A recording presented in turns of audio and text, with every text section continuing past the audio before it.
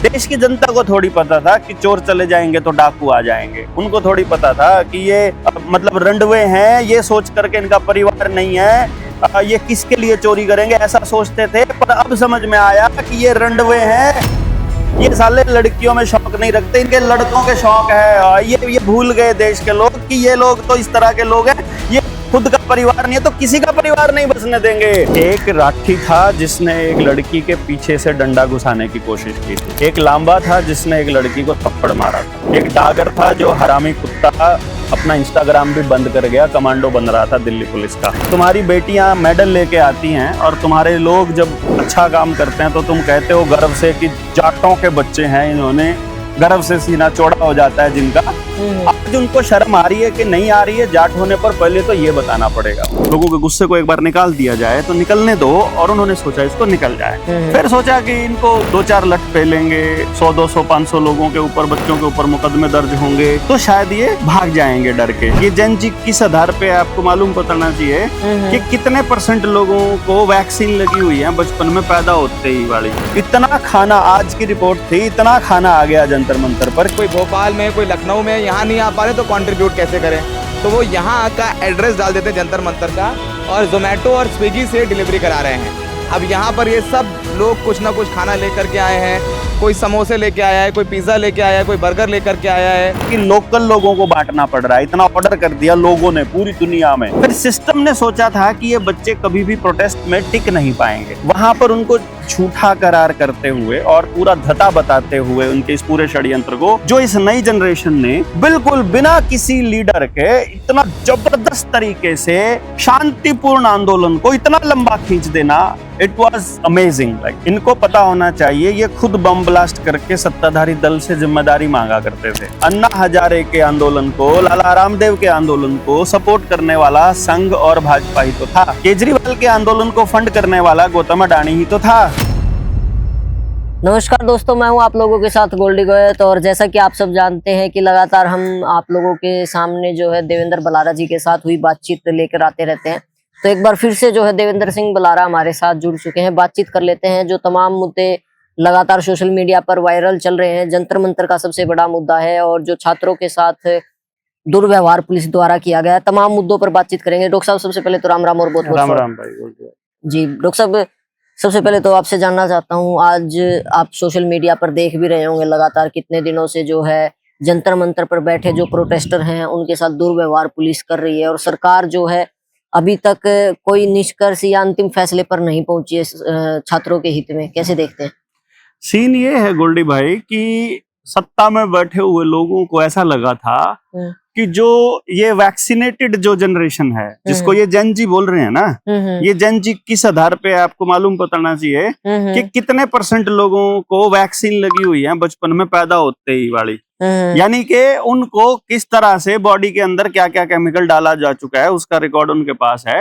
ये उस जनरेशन को बोल रहे हैं। तो वो क्या कह रहे थे कि वो तो ऐसे निकम्मे हो चुके हैं कि घर से निकल नहीं रहे और कुछ कर नहीं सकते, वो बेचारे इंस्टाग्राम से बाहर नहीं आ सकते। और जब ये सीजेपी जब बनी थी, बनने के बाद इंस्टाग्राम पे ही बनी थी, एक मीम से बनी, मतलब एक पार्टी को, जो एक मजाक में बनी पार्टी को लोगों ने सीरियसली ले लिया, और वो गुस्सा जब बाहर आने लगा तो इन्होंने सोचा कि क्यों ना जो आउटबर्स्ट कर दिया जाए इस गुस्से को, जो गुब्बार है इसको गुब्बारा बना के इसको फोड़ा जाए और लोगों के गुस्से को एक बार निकाल दिया जाए। तो निकलने दो, और उन्होंने सोचा इसको निकल जाए। फिर सोचा कि इनको 2-4 लठ फेलेंगे, मतलब 100-200 500 लोगों के ऊपर, बच्चों के ऊपर मुकदमे दर्ज होंगे तो शायद ये भाग जाएंगे डर के। और देश के लोग कहने लगे, जैसे किसान आंदोलन में देखो आप, किसान जो लड़ रहे थे वो अपने बच्चों को कह रहे थे तुम प्रोटेस्ट में मत जाना, तुम्हारे ऊपर मुकदमे हो जाएंगे। अब बच्चे खुद कह रहे हैं करो मुकदमा, तुमसे जितना हो रहा है तो हो सकता है। अब जो लोग हैं सपोर्ट करने लग गए हैं। इतना खाना, आज की रिपोर्ट थी, इतना खाना आ गया जंतर मंतर पर कि लोकल लोगों को बांटना पड़ रहा है। इतना ऑर्डर कर दिया लोगों ने पूरी दुनिया में वहां पर। डॉक्टर साहब, एक चीज और देखने को मिली है, जो खाना प्रोटेस्टर्स के लिए आ रहा है ना, जो डोनेशन फूड का आ रहा है, वो ज्यादातर जो है साउथ साइड से आ रहा है। इसका क्या कारण है? साउथ साइड से इतना ज्यादा साउथ साइड से वो इसलिए सपोर्ट ये है, जैसे मान लो मैं यहाँ चंडीगढ़ से दिल्ली जाना मेरे लिए आसान है, तो मैं चंडीगढ़ से दिल्ली चला गया तो मैं वहां खाना या तो ले जाऊंगा या जितनी मदद मेरे से हो पाएगी मैं उतनी करूंगा, वो ऑन मतलब सामने सामने हो जाएगी, ऑन फील्ड है। पर जो साउथ का आदमी वो आ नहीं पा रहा, वो कह रहा है अगर मैं जाऊंगा यहाँ से तो मेरा इतने रुपए का तो टिकट बन जाएगा आने जाने का, इतने दिन का मेरा बस स्टे का खर्चा हो जाएगा, वो खर्चा क्यों ना मैं इन प्रोटेस्टर्स को ही डोनेट कर दूं जितना खर्चा आ रहा है। तो ऑनलाइन जो सपोर्ट आ रही है वो तो आ रही है यहाँ से।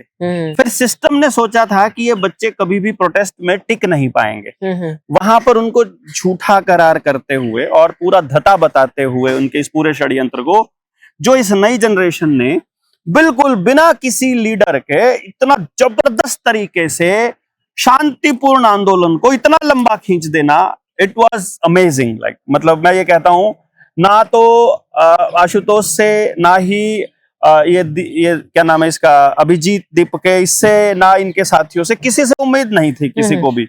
हमको भी लग रहा था ये लोगों के पास तो कोई विजन है नहीं। बिल्कुल। पर जो नई जनरेशन के मीम्स देखो आप, उनकी क्रिएटिविटी देखो आप, उनका साहस देखो आप, उनकी हिम्मत देखो, और जो उनके अंदर जज्बा, इमोशंस कि मेरे साथी पिट रहे थे मेरी उम्र के, मुझसे घर टिका नहीं गया, इस तरह से जो लोगों का सपोर्ट आया है, और खास तौर पे यूथ का जो सपोर्ट आया है, 11वीं में पढ़ने वाले बच्चे, 12वीं में पढ़ने वाले बच्चे।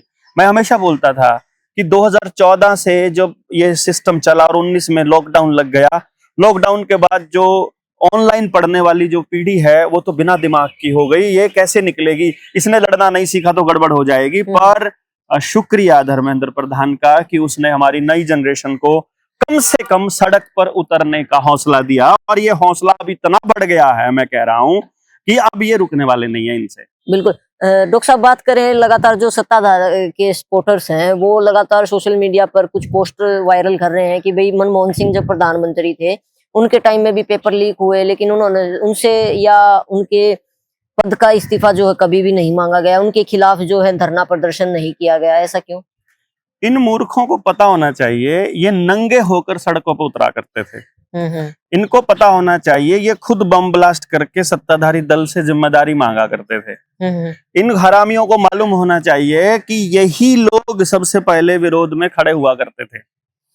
रामलीला मैदान में अन्ना हजारे के आंदोलन को, लाला रामदेव के आंदोलन को सपोर्ट करने वाला संघ और भाजपा ही तो था। केजरीवाल के आंदोलन को फंड करने वाला गौतम अडानी ही तो था। यदि केजरीवाल का आंदोलन नहीं होता, अन्ना का आंदोलन नहीं होता, भाजपा का उसमें सक्रिय भागीदारी नहीं होती, अडानी का पैसा नहीं होता, न्यूज चैनल्स पर दिन रात वो चला नहीं होता, आप सोचकर बताइए कि ये सत्ता में कैसे आते।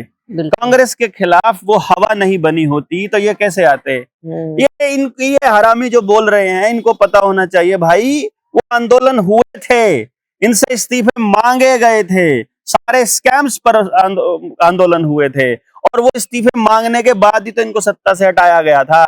देश की जनता को थोड़ी पता था कि चोर चले जाएंगे तो डाकू आ जाएंगे, उनको थोड़ी पता था कि ये मतलब रंडवे हैं, ये सोच करके इनका परिवार नहीं है, ये किसके लिए चोरी करेंगे, ऐसा सोचते थे। पर अब समझ में आया कि ये रंडवे हैं, ये साले लड़कियों में शौक नहीं रखते, इनके लड़कों के शौक है। ये भूल गए देश के लोग कि ये लोग तो इस तरह के लोग हैं, ये खुद का परिवार नहीं है तो किसी का परिवार नहीं बसने देंगे, इनका परिवार नहीं है। ये कह रहे हैं जब अपना नहीं बसाया तो तुम कैसे बसा लोगे यार अपना। ये भारत के पारिवारिक सिस्टम को तोड़ने वाले और उसी नियत के लोग हैं जो पूरे भारत की संरचना को तोड़ने के लिए आए हैं। ये पता नहीं था लोगों को, पर ये हो गई गलती लोगों से, कोई बात नहीं, अब सुधार रहे हैं। अब तो जो संघियों की औलाद है वो वहां खड़ी है, जो गलतियों से संघियों की औलाद हो जाती है, मतलब वो पता नहीं उनकी है कि नहीं, क्योंकि अब तो आके बोल ही रहे हैं कि मेरा बाप संघी है, मैं तो उसको बोल के आ गया हूँ कि भाड़ में जा तू और तेरा संघ, और मैं इस देश के साथ खड़ा होऊंगा, मैं यूथ के साथ खड़ा होऊंगा। तो लोग हो रहे हैं। बिल्कुल। डॉक्टर साहब, बात करें जो 20 तारीख को लाठीचार्ज हुआ, उसमें एक नैरेटिव भी सोशल मीडिया पर चलाया गया, लगातार सपोर्ट भी जो है आम जनता की तरफ से मिला कि भाई जो सरकार बेटी बचाओ बेटी पढ़ाओ का नारा देती है, उसी सरकार के आदेश पर जो दिल्ली पुलिस के और जो इसके रैपिड एक्शन फोर्स के जवान है, सीआरपीएफ के जवान है, वो जो है बेटियों के साथ इतनी क्रूरता और इतना दुर्व्यवहार कर रहे हैं जिसकी कोई कल्पना भी नहीं कर सकता। शायद कोई दुश्मन भी जो है अपने दुश्मन के साथ ऐसा व्यवहार नहीं करता। तो आप क्या मानते हो, ये कहाँ तक जायज है? एक राठी था जिसने एक लड़की के पीछे से डंडा घुसाने की कोशिश की थी, एक लांबा था जिसने एक लड़की को थप्पड़ मारा था, एक डागर था जो हरामी कुत्ता अपना इंस्टाग्राम भी बंद कर गया, कमांडो बन रहा था दिल्ली पुलिस का। ये लोग सारे जटमुल्ले थे, मतलब ये जाट कम्युनिटी से आते हैं। मैंने एक पोस्ट भी बनाई थी कि जब तुम्हारी बेटियां मेडल लेके आती हैं और तुम्हारे लोग जब अच्छा काम करते हैं तो तुम कहते हो गर्व से कि जाटों के बच्चे हैं, इन्होंने गर्व से सीना चौड़ा हो जाता है जिनका। आज उनको शर्म आ रही है कि नहीं आ रही है जाट होने पर? पहले तो ये बताना पड़ेगा उनको। दूसरे नंबर पर ये बताना पड़ेगा क्या इनका पूरा समाज इनका बहिष्कार करेगा कि नहीं करेगा ऐसे हरामियों का। तीसरा, जो बच्चों पर हाथ उठाने वाले, मतलब एक तो दिल्ली पुलिस में ज्यादातर आसपास के जाटों के ही बच्चे उसके अंदर शामिल हैं, और मैक्सिमम जिसने खाकी वर्दी पहन ली है वो आज गुंडे की भूमिका में ही है, क्योंकि उनका जो बॉस है वो तड़ी पार है। मतलब तड़ी पार के अंडर में काम करने वाला आदमी ढंग का तो हो ही नहीं सकता, होगा तो उसका दम घुट रहा होगा। आज एक समय है जब इस देश को एकजुट होकर के खाकी वर्दी वालों के घरों की तरफ मतलब मुंह करके थूकना चालू करना पड़ेगा और उनके घरों में रिश्ते बंद करने पड़ेंगे, क्योंकि सबसे जलील कौम की तरह ये हो गई है जिसका काम हो गया है सादी वर्दी में आकर के बिना नेम प्लेट के आकर के किसी का भी चालान काट देना, किसी को भी गोली से उड़ा देना, किसी को बैलेट गोली से उड़ा देना, किसी को ऊपर लाठी चार्ज कर देना, किसी के ऊपर पत्थर बरसा देना। खुद दिल्ली पुलिस के आदमी जो है वहां पत्थर बरसा रहे थे युवाओं के ऊपर, और वो कह रहे थे कि छात्राओं ने पथराव किया है। इस तरह का नैरेटिव जो बनाने की जो षड्यंत्र कर रही है ये सिस्टम, इस नैरेटिव से देश के युवा बहुत अच्छे से लड़ रहे हैं। बहुत मतलब अपनी आंखें खुली रख के जिस तरह से रिपोर्टिंग कर रहे हैं वो खुद ही, और मेन स्ट्रीम मीडिया को बहिष्कार करके आगे बढ़ाना और खुद अपने आप से आगे आकर के सारी जिम्मेदारियां संभालना, इट्स अमेजिंग। लाइक ये पहले आंदोलन था सीजेपी का, अब तो उनके हाथ से निकल चुका है। जैसे किसान आंदोलन किसानों के हाथ से निकल के, किसान नेताओं के हाथों से निकलकर और आम जनमानस का आंदोलन बन गया था, वैसे ही ये नेतृत्व के हाथों से निकल चुका आंदोलन अब केवल और केवल जनता का आंदोलन बन गया है।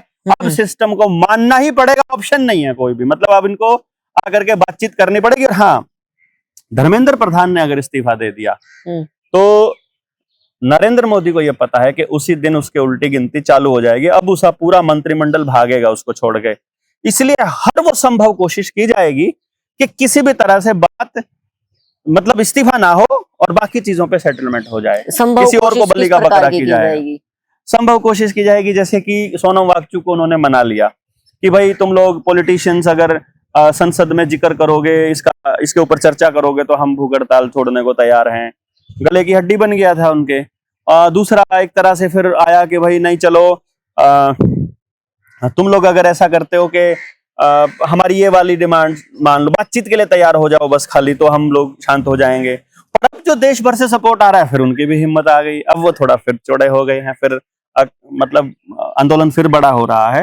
और अब तो गली गली तक ये आंदोलन की गूंज जा रही है। सिर्फ संघियों के परिवार बचे हैं, उनके भी बच्चे तो जाने लग गए हैं, सिर्फ संघीय संगठन बचे हैं, वो अपना उनका भी निपटारा हो जाएगा। बिल्कुल डॉक्टर साहब, तो अंत में आप जेनजी से क्या अपने स्पष्ट भाषा में संदेश देना चाहेंगे कि भाई वो इस आंदोलन से, इस प्रोटेस्ट से क्यों जुड़े हैं?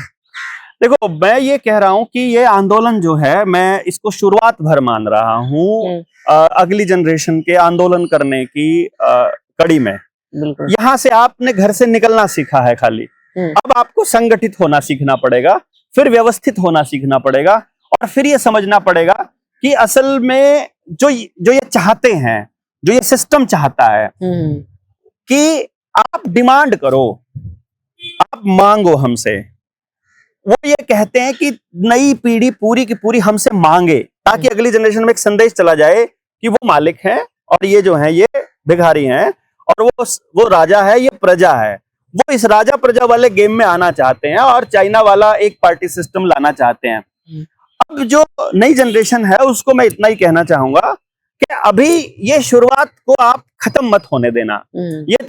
ये तो आंदोलन 2, 4, 10 दिन 20 दिन में निमट जाएगा जब भी होगा, क्योंकि इस आंदोलन की शुरुआत में कोई रूपरेखा नहीं बनी थी। बाद में कहां तक जाएगा मुझे नहीं मालूम है, लेकिन अभी तक का जो नई जनरेशन का जो सपोर्ट है और जो जज्बा है वो बहुत गजब है। इस जज्बे को बरकरार रखना है और इंस्टाग्राम से और सोशल मीडिया से बाहर आकर असली मुद्दों पर ग्राउंड जीरो पे बातचीत करनी है। सोशल मीडिया का बहिष्कार करने के साथ साथ आपको मेन स्ट्रीम मीडिया, अखबार, टेलीविजन भी गांव से फेंकने पड़ेंगे बाहर। साथ में गांव की व्यवस्था को दोबारा दुरुस्त करना पड़ेगा और ये देखना पड़ेगा तुम्हें गांव छोड़कर शहरों में कचरा खाने के लिए क्यों विवश होना पड़ रहा है। बिल्कुल। और उस पूरी जनरेशन को एक ऐसा समाज बनाने की दिशा में काम करना पड़ेगा जो अपनी व्यवस्था बनाता हो, जो किसी और की व्यवस्था पर निर्भर ना होता हो। और यही इस आंदोलन की सफलता मानी जाएगी जब हम अपने व्यवस्था परिवर्तन की इस लड़ाई में इस उल गुलान को मजबूती देंगे, इस विद्रोह को वास्तव में दिशा देंगे। और वो दिशा होगी हमारी अपनी व्यवस्था, हमारी स्वावलंबी व्यवस्था, जिसमें व्यापार नहीं होगा, जिसमें व्यवहार होगा, भारत को भारतीयता के आधार पर खड़ा करने वाला आचार व्यवहार होगा। बिल्कुल, बहुत बहुत धन्यवाद डॉक्टर साहब आपका बातचीत करने के। बहुत तो भाई आप सबको डॉक्टर देवेंद्र भलारा जी के विचार कैसे लगे वो आप हमें एक सब कमेंट के द्वारा जरूर बताना। जल्दी मुलाकात होगी किसी एक और नई वीडियो के साथ, तब तक के लिए जय हिंद, जय भारत, राम राम, जय जवान, जय किसान।